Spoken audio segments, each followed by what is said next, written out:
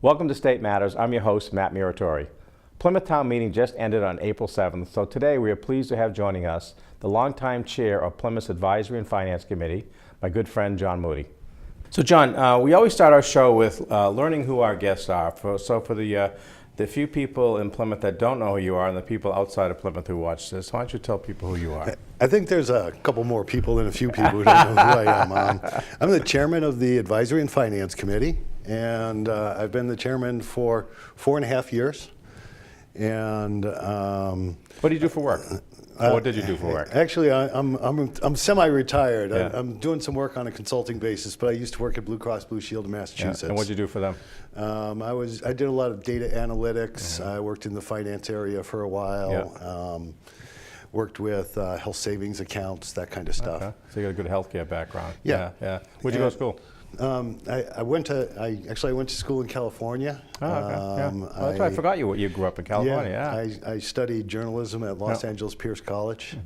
And it was journalism, huh? Yeah. Wow. Then I've just done some pickup classes in business over the course of my career. Now, when did you move out here to Massachusetts? In 1980. The hard questions. 1989. Yeah. Okay. Yeah. So I've been here for a Big while. difference between Los Angeles and. Oh yeah, very different. Very different. What brought you out this way?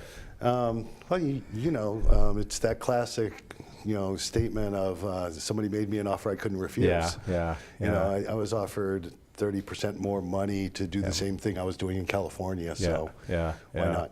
Did you know people out here when you came out here? You did. Yeah. There were a couple of people that were working at Blue Cross Blue Shield of Massachusetts that had worked at the California plant with me.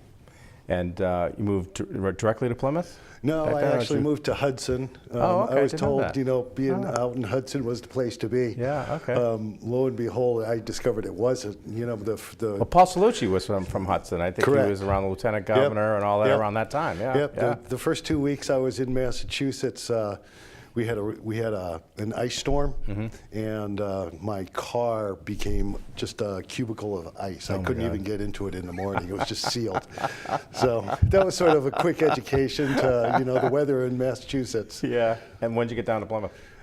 We moved down to Plymouth, my wife and I, in 1996. 96. Okay. Oh, Yeah. Good. So you and I served together on the Finance Committee. So talk about when did you get appointed to the Finance Committee? January 2006. 2006. Okay. Yep. So you're right after I got on that. Yep. Yeah. Yep. And for people that don't know what the Finance Committee does or the role of finance, can you just briefly talk about what the role of finance and really how important it is to a local government? So the Finance Committee is really responsible for reviewing the budget that's proposed by the executive branch of government, the town manager, the Board of Selectmen, and to make our recommendations to town meeting, which actually determines what the budget is going to be. The other thing that we do is we review all of the articles that go before town meeting. And the really critical part of that is that we really sort of flush out all the facts and information that town meeting members need to make an informed decision about all of the articles that are presented to them. Imagine if you had 135 people running around town trying to find out all the basic facts of 48 articles that are being brought to town meeting. And finance committees are really, I like to refer to them as a creature of the state. Any municipality with a valuation in excess of $1 million must have a finance committee. I didn't know that. And then all of the specific roles that a finance committee performs in any given community are determined by the charter and the bylaws that community sets up. I see. So on the Finance Committee members, as you and I know, but a lot of people don't know, are appointed by the town moderator. Correct. And they're for 3-year terms, is that correct? 3-year terms. 3-year terms. And I believe the town made some change not too long ago, a few years ago, where there can't be more than 3 from one precinct. And how has that worked out?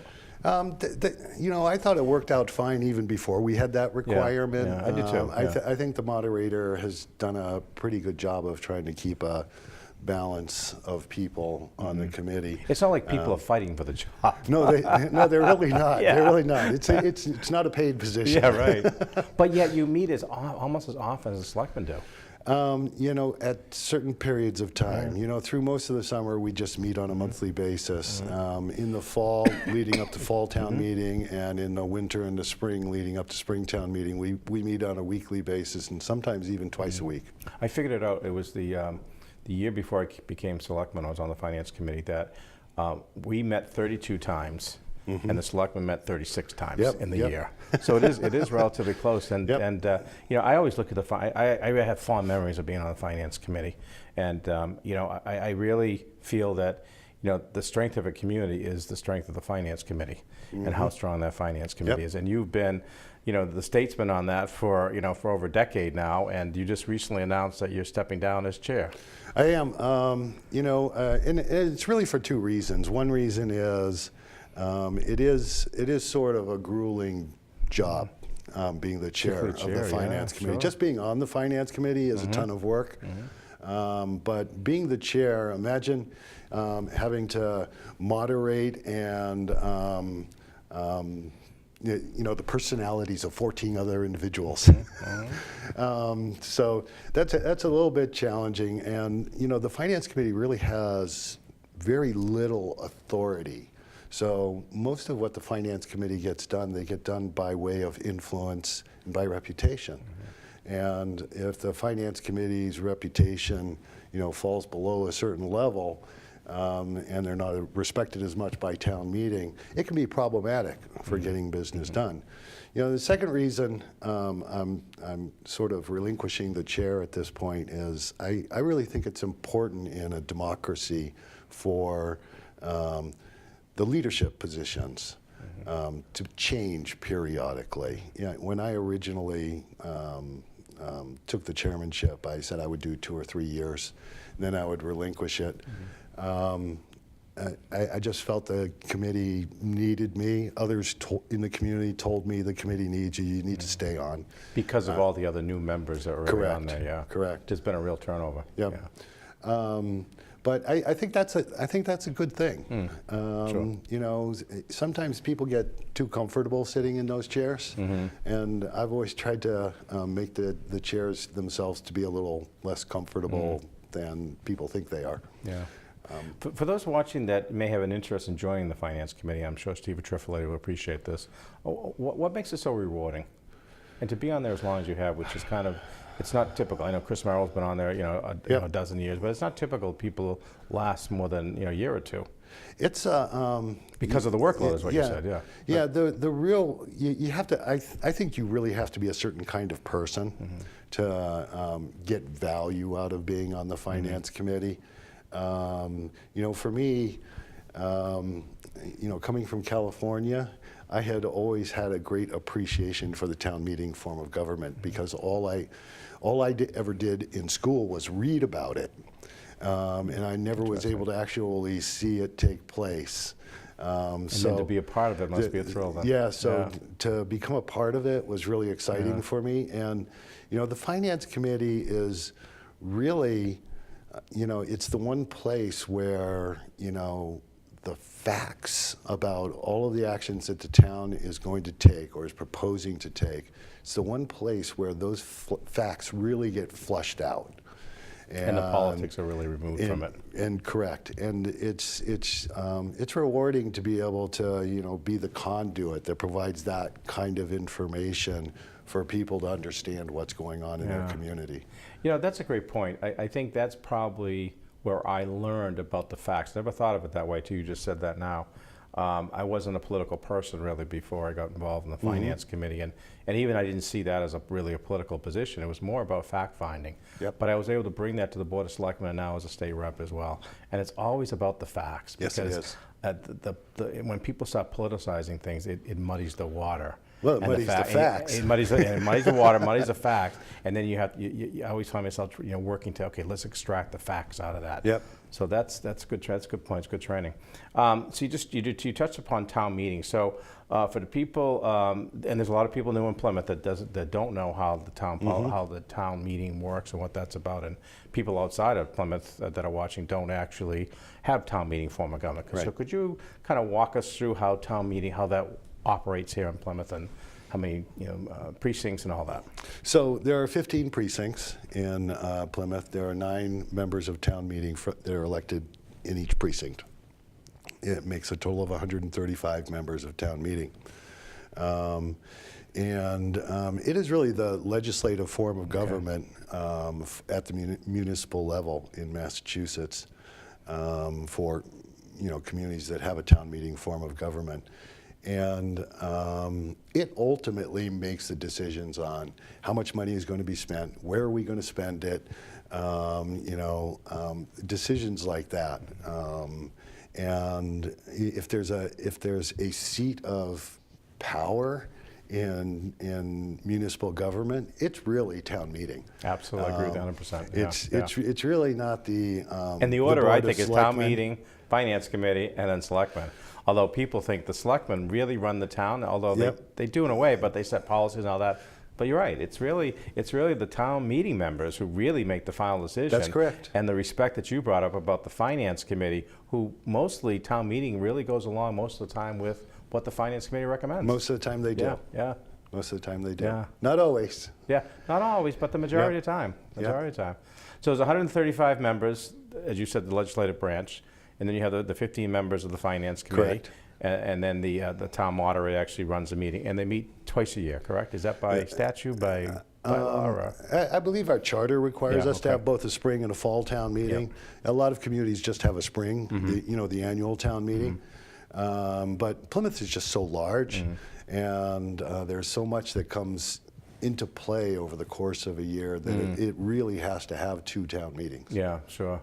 And a lot of people, again, that are new to town, they'll say, "Oh, I want to go to town meeting and participate." They really can't. They really have to participate through their legislators. They Basically. do. They do. And there's a rule at town meeting that really. Right. Town meeting members have priority as far as speaking, and the place for the general public to really get engaged in the town meeting form of government is at their caucus. Before town meeting, all of the precincts meet in caucuses, which is the 9 members from that particular precinct.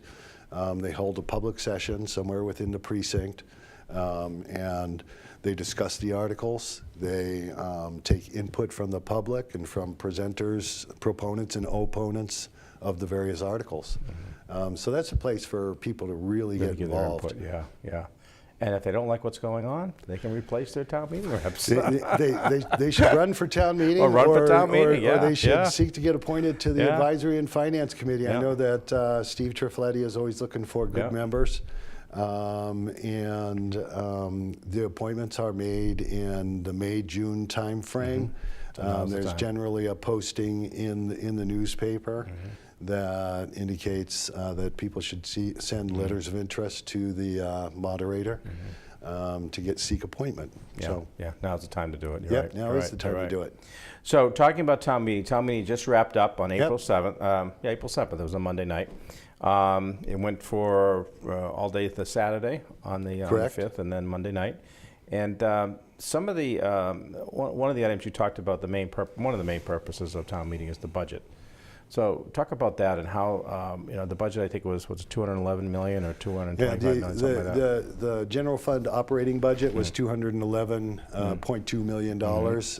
After town meeting dealt with it, it was originally about $150,000 more than that, but there was an amendment made from town meeting floor to reduce it by removing a couple of positions that were being added to the budget.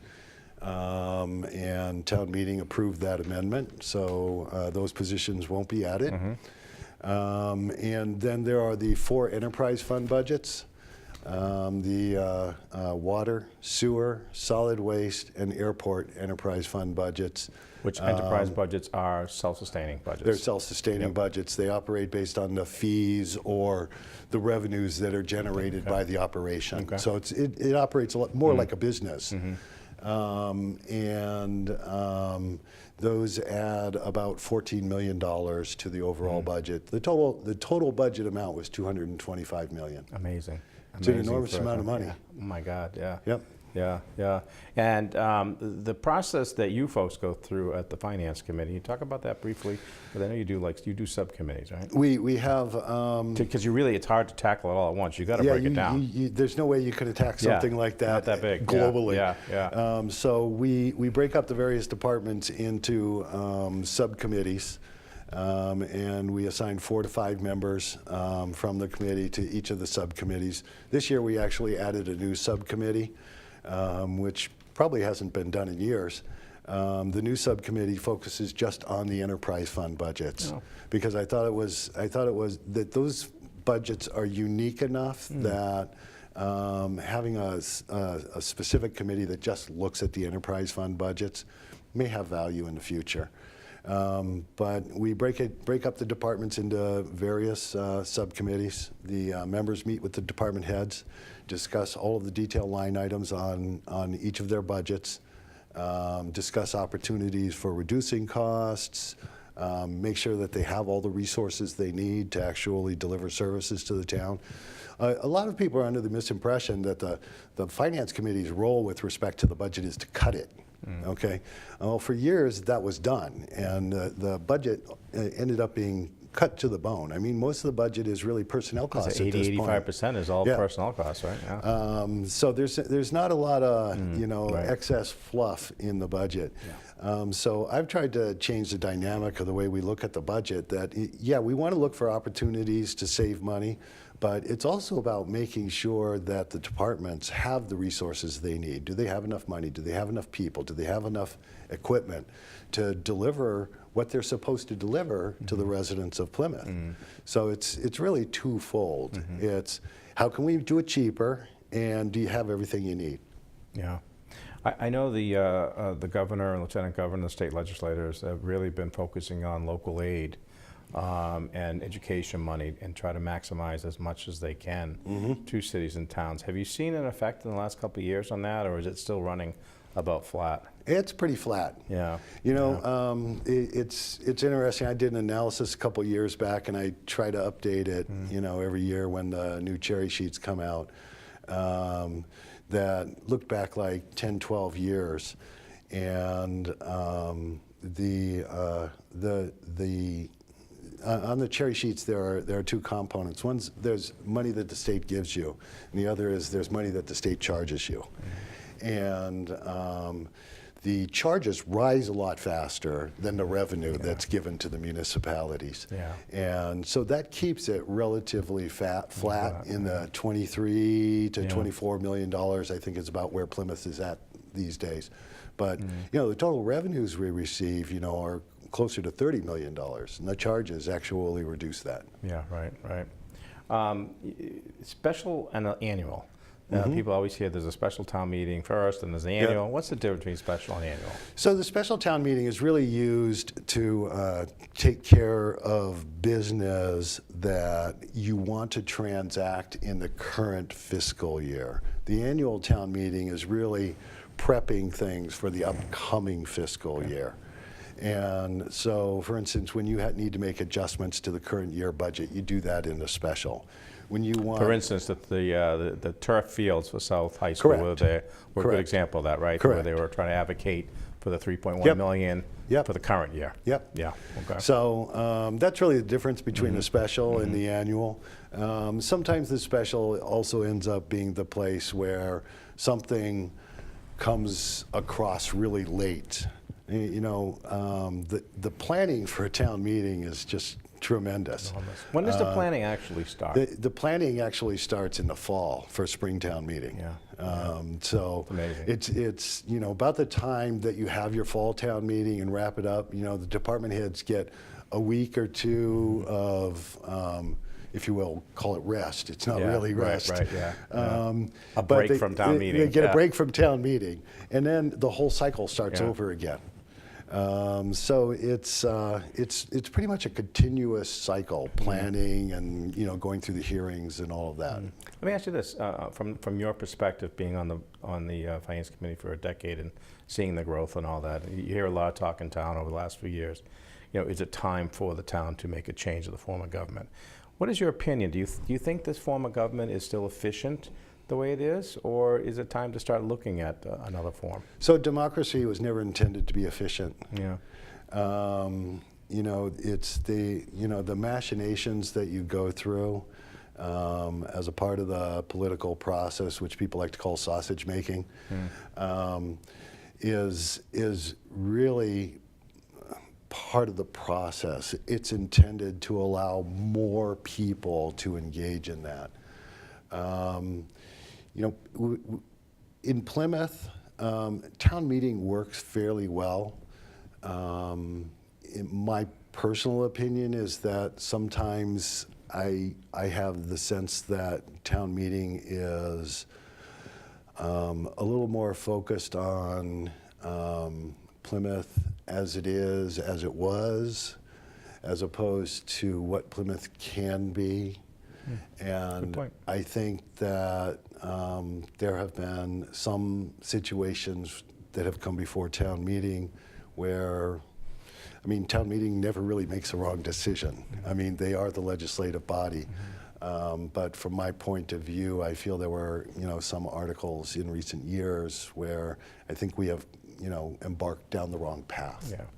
That we need to. They're looking in the moment more so. Yeah. We need to look. We need to look at other places, in order to move Plymouth into the future. Yeah.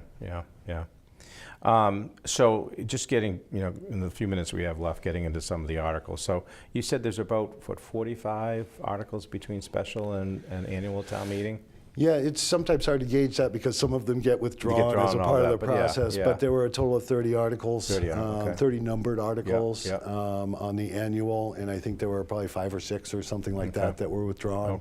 There were a total of 18 on the special, and I think maybe 1 or 2 were withdrawn. So it ranges between 30 and 40. And there's always some big ones. Yes. And this time it happened to be civil service. Talk about that a little bit. Civil service. Because that has a state connection to it as well, civil service. So the intent of Article 11, which related to civil service, was to remove the fire chief and the deputy fire chief from the civil service process. And the town manager's rationale for that was that she really requires a greater level of flexibility when hiring for that position than what civil service really allows. The civil service process can take 7 to 9 months to actually work through the whole process. Talk about inefficient. To have the tests, to grade those tests, to make a list, to queue it up.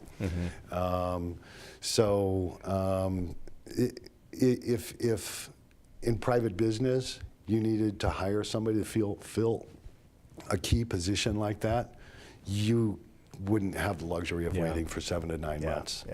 On this show we talk about why the state matters, and in some cases it's relevant and it works well. And in other cases like this, in my opinion, I think if civil service was working well from the state perspective, Plymouth wouldn't have probably had to get into that situation. Right.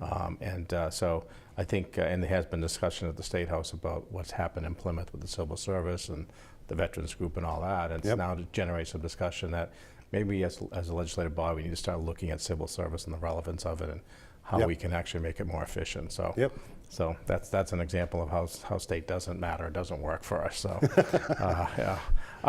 Municipal Restructuring, the governor put a bill through last year. Have you seen any differences in that from your perspective? Well, is it helping make it more efficient and more easier for? Most of it is just sort of fluttering in now. There were several articles on town meeting, this past town meeting, that created provisions within the town to allow us to leverage some of those opportunities created by the Municipal Modernization Act. One of them is about creating the revolving funds by way of bylaw, as opposed to what happens today is every single year, there's a vote of town meeting to authorize the same revolving funds. So the bylaw just allows those revolving funds to exist, and when we need to add a new one, we would just amend the bylaw, as opposed to going through this annual reauthorization of them.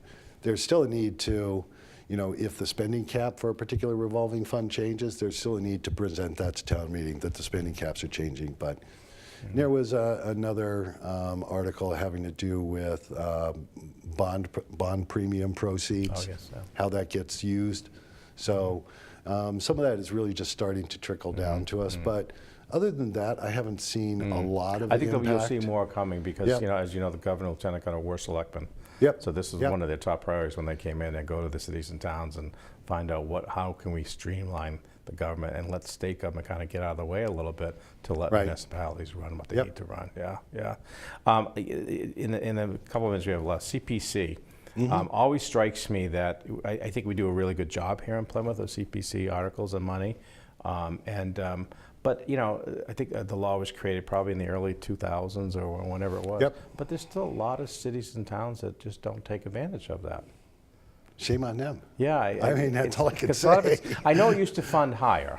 The state used to give a little bit better match, but Plymouth has still made it work, even with the little bit of funny money that does come back from the state. So the CPC budget that we approved this past town meeting was $2.8 million. That's a lot of money. And a lot of that going forward is going to be used to pay down some of the anticipated borrowing for the 1820 Courthouse, Town Hall, and the Symes House projects. But we have been able to add a lot of open space and conservation land. We've had an impact on the maintenance of historic resources around Plymouth, and a modest impact on affordable housing in the Plymouth area, all as a result of that partnership with the state that created the Community Preservation Act. And that affordable housing is an area that, as a state, we need to do a better job with, and working with the municipalities on that as well. So, well, John, it's been a great pleasure to have you on here today. It's been a great pleasure to work with you over the years. I really had the honor of working with you on the Finance Committee and seeing you grow into that role. And we thank you for what you've done on that committee, and particularly leading the town in that committee over the last 4 or 5 years. We appreciate the effort and the time you put into it, but it means a lot to a lot of people. Thank you very much. So thank you for doing that. So good luck, and we will see you around, of course. Okay. So again, thanks for coming, and we'll talk to you soon, okay? Great. Thanks, Matt. We hope you enjoyed today's show and found it to be informative as we continue to educate why state government matters to local municipalities. I want to thank the staff and volunteers for another great show. Thanks for watching, and we'll see you next time on State Matters.